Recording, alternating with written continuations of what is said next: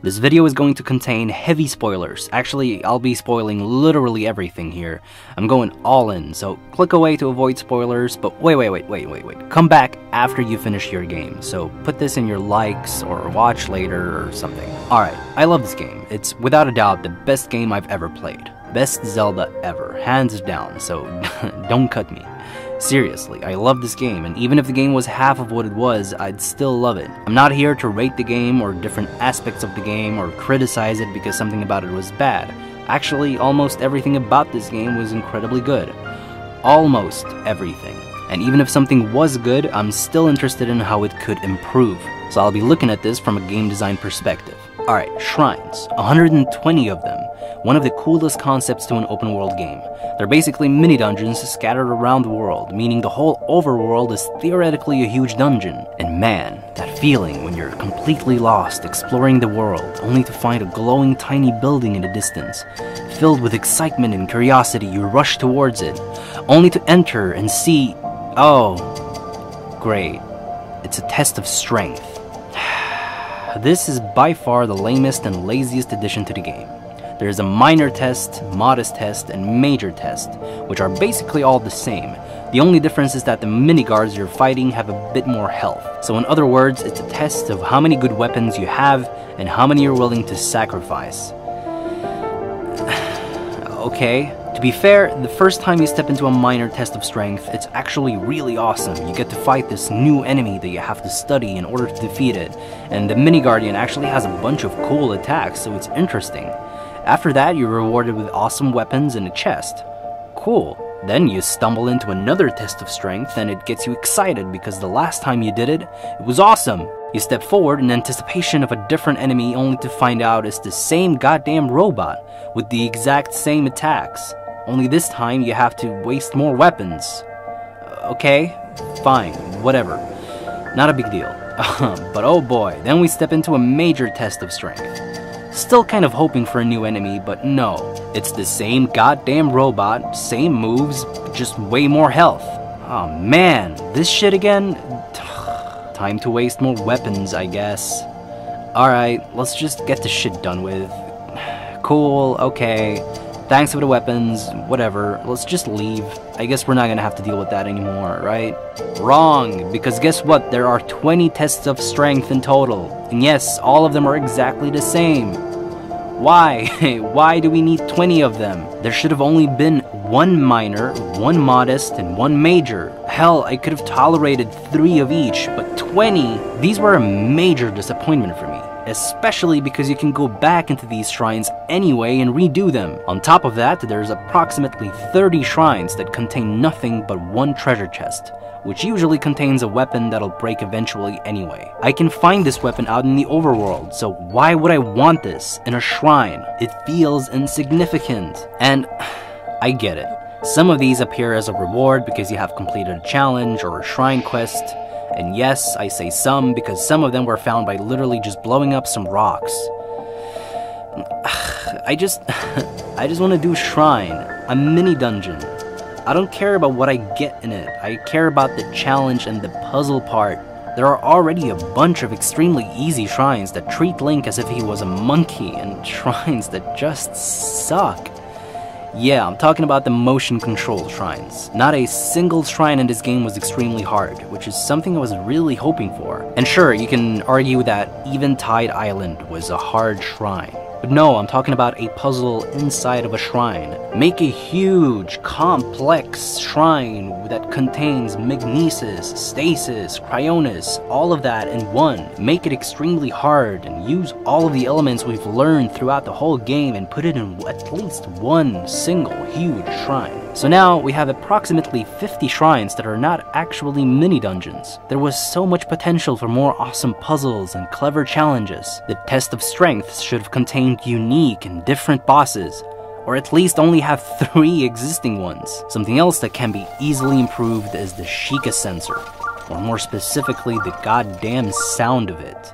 They could have used something so much smoother and nicer to listen to. Next, the camera. Love it, and really happy it's in this game. It's awesome that you can take funny and expressive photos of yourself, as well as photos of a creature or an item, and then track it later on while discovering the world around you. Only same problem here though. Once you do track something, it makes the same annoying sound, and you'll immediately start regretting turning it on. And so you barely end up using it because of that reason. In addition, when I do take a photo of something, there are two issues. You can't full screen the pictures, and there is always this bluish moving filter in the way that can't be removed. Which is a shame because this game is filled with art and beautiful sights. And so when I take a photo of something beautiful, I want it to remain beautiful.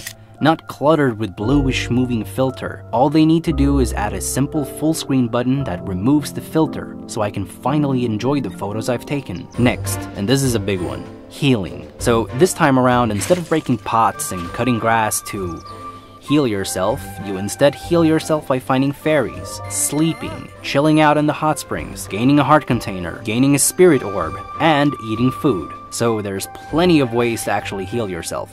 While at the same time, even if you die, the game is very forgiving.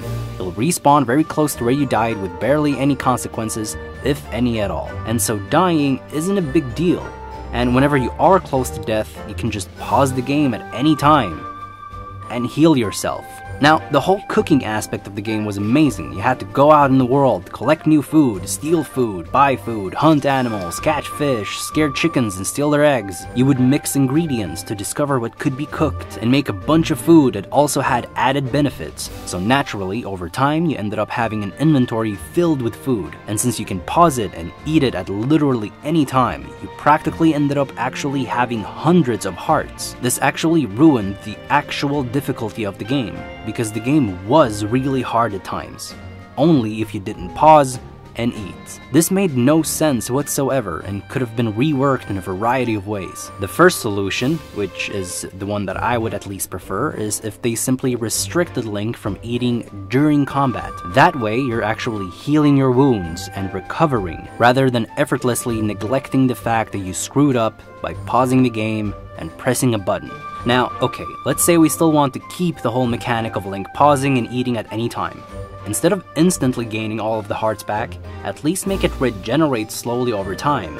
Or add an animation of Link eating so that there is at least a risk of doing this during combat. Or at least make dying really consequential. Something else they should have done is added a limit to how much Link could eat for an amount of time. Otherwise, this makes food that only heals a little effectively just as good as food that heals a lot in one go, which is counterintuitive.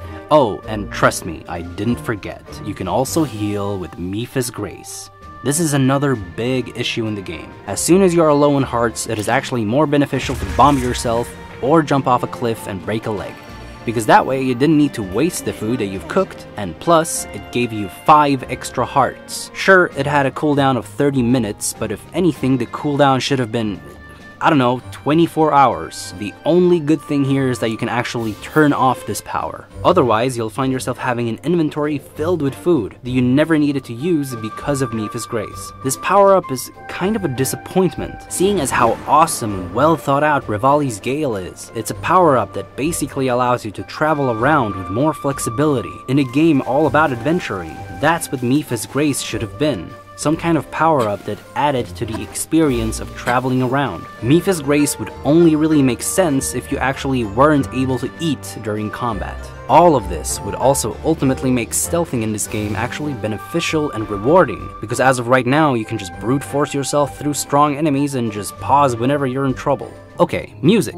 I absolutely love the music in this game. The melancholic piano fits perfectly into the overworld and gives it a perfect feel of that the kingdom has been in ruin for long. The silence and gentle occasional tunes that come and go really complement the theme of Link having no memory of what's happened and being lost. And so it's perfect instead of a heroic overworld theme. I wouldn't change anything to the music. However, I do think they can add a neat little feature. Why not just add a music player application on the Sheikah slate, and then let the player choose themselves if they want to turn on some music and enjoy the nostalgia. And just like you collect Korok seeds in the overworld and get treasures from shrines, let the player collect all kinds of songs from older Zelda games. Hell, you can even add the music from the 25th anniversary album or the Zelda music from Smash. This would have added an additional collectible that would have motivated the player even further on adventuring and exploring the world. It would have also made the single treasures that you get from a shrine acceptable. Alright, next. Guardians. Guardians are awesome. They terrify and stress you out, especially in the early stages of the game where you feel completely powerless against them. They can be defeated in different ways, however the simplest way is to just reflect their beam, which is cool. But during the late stages of the game, after defeating a ton of Guardians, you realize they have a bit of a lazy design compared to every other enemy in this game. They literally only do one thing, while every other enemy in this game has a set of moves, meaning you have to learn their patterns and figure them out, while they also get stronger and stronger as you progress through the game. The Guardians remain the same throughout the whole game though. They shoot one laser, and the timing of the laser is always the same. They can make this much more interesting and challenging by simply making the timing of the laser a bit more random, because at the end of the day you're focusing at the flash before the laser gets shot anyway, to know when to react to the shot. Just that in itself would be enough. But why stop there? Let the Guardian shoot multiple quick shots that deal less damage, make it spin around with a laser. Even the goddamn smaller Guardians have multiple tricks. And finally, boss fights. Actually, more specifically, Dark Beast Ganon. The Divine Beasts had a good amount of difficulty and challenge. The only thing lacking was character. The other Zelda games all had boss fights with memorable and unique characters, but here they're all pretty much the same, with minimal differences. Honestly, it's not bad. I just wish they had more character. Anyway, Dark Beast Ganon. So pretty much everything leading up to Dark Beast Ganon was amazing. Hyrule Castle, Calamity Ganon, and then we get Dark Beast Ganon. And as epic as it looked, the fight in itself was pretty dull and easy. The only thing he does is occasionally shoot a beam, which is incredibly easy to avoid. And then he just stands there, waiting. Oh. There was so much potential here. Make him chase you so you have a reason to use the horse. Let the player be challenged by not only Ganon, but by the environment as he chases you. Make him spawn waves of enemies and actually be in the process of ruining this world. Let the player experience Hyrule almost going under and saving it once and for all. But all you really get to do is ride around this passive beast and shoot certain areas of it when it's time. Don't get me wrong, I thought it looked really epic and I did enjoy it, so I'm not saying it's bad, I'm just saying it could have been much better. However, to be very clear, these flaws that I've mentioned are heavily overshadowed by the moment-by-moment gameplay. Every corner of this game is invaluable and paints for the player an invaluable experience, rarely found in any other game. Even the areas that could be seen as empty, I feel were necessary because it added a sense of that you were actually traveling and exploring. It built suspense and kept the player curious. This game simply just spawns you in the middle of the world, naked, without any idea of what's happening or what to do. With the freedom to go literally anywhere, you never actually find yourself bored of any empty space. Because when it mattered, there were never actually any real empty space. Instead, the game delivers no matter what direction you choose. No matter where you go, you explore something new about the world and about Link himself through memories, while always having some kind of puzzle to solve, something to collect, quests to complete, music to enjoy, and new enemies to fight. Each player had their own unique adventure and experience. Even the story was unveiled in a unique way for everyone, because of the fact that the story was scattered around the world to be found in forms of memories, diaries, and completing quests whenever you felt like it. And only at the end, when you've more or less explored the majority of the world, the story finally comes together. Yet, it came together differently for each player. You are actually creating the legend of Zelda this time. Almost everything about this game was polished and impressive. Everything from the storytelling, constant flow of surprise and adventuring, the graphics, the combat system, the world in itself, the colors, the music, the awesome quests, the enemies, the dragons, the characters you meet, the charm and comedy, the climbing, paragliding, and shield surfing, taming horses, labyrinths, raiding the castle, all the clothes, weapons, and materials, finding the Master Sword, finding memories, the divine beasts, Eventide, the starfalls, the grass. You get the point. I can go on forever. There's too many good things about this game, and it fully deserves the praise it's gotten, and I couldn't be more thankful for the experience. If you guys enjoyed this video, then don't forget to subscribe, and feel free to check out my playthrough right here.